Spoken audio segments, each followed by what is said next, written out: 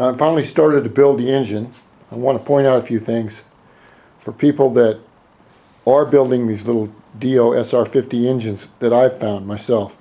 Now a lot of my friends out in the world, they have a lot of these. I don't. This is probably the fastest Dio 50 engine in my state, and I got a big, huge state. Now what I've done is I've turned it into a drag motor. I've got this huge expansion chamber, and like I said, this acts like a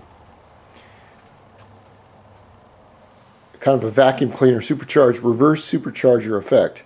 What I've done so far, little things, I've taken off the stator right here, or the flywheel, and I've taken some sandpaper and cleaned the insides. I've cleaned the little dealy right here. I don't know what the hell, I'll probably figure it. Anyway, it's for timing. Another thing I've done is I've just kept this NGK plug in here. This is called a long throw plug, or it's got long threads. You do not want to stick one of these inside this SEF head.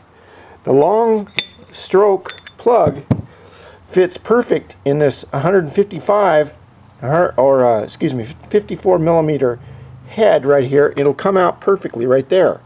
But on this model, you need the smaller one.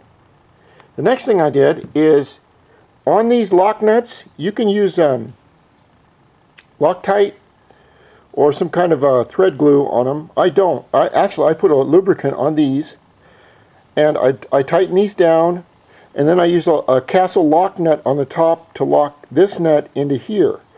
That way, when I'm using the thread locker, that when I turn the nut right here, it doesn't turn the whole stud and make it come out. The intake here, this has all been ground down, flat, flush, whatever you want to call it. So is this area right here. These are Boyson reeds, custom made. I still have to adjust them. Now these reeds, the experiment I'm trying with these is usually these reeds have what's called a reed stop, and they go on each side, right here and right here.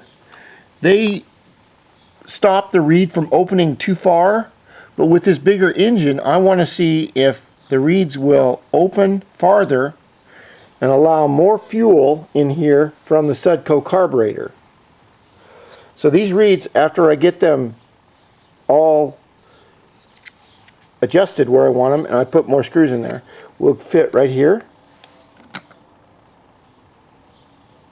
like that, and then this intake will fit right on top, right here.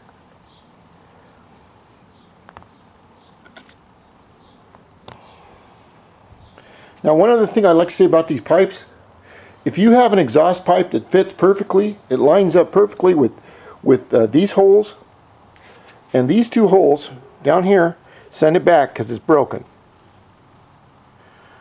The point I want to make is that the pipe is thin grade aluminum, very good for pipe material, but it's rigid.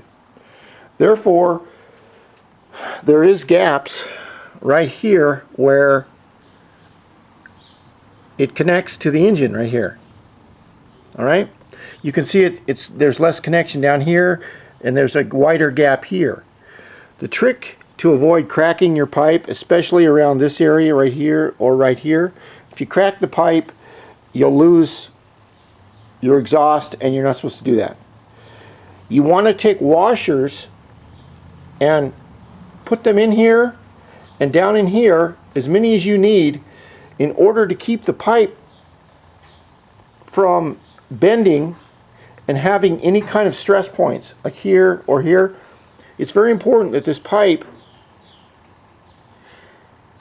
be as the hole right here, the aperture or opening or whatever, exhaust port, something or other, that it be as close to the exhaust port diameter totally together, not this far off or this far off, but exactly perfectly on.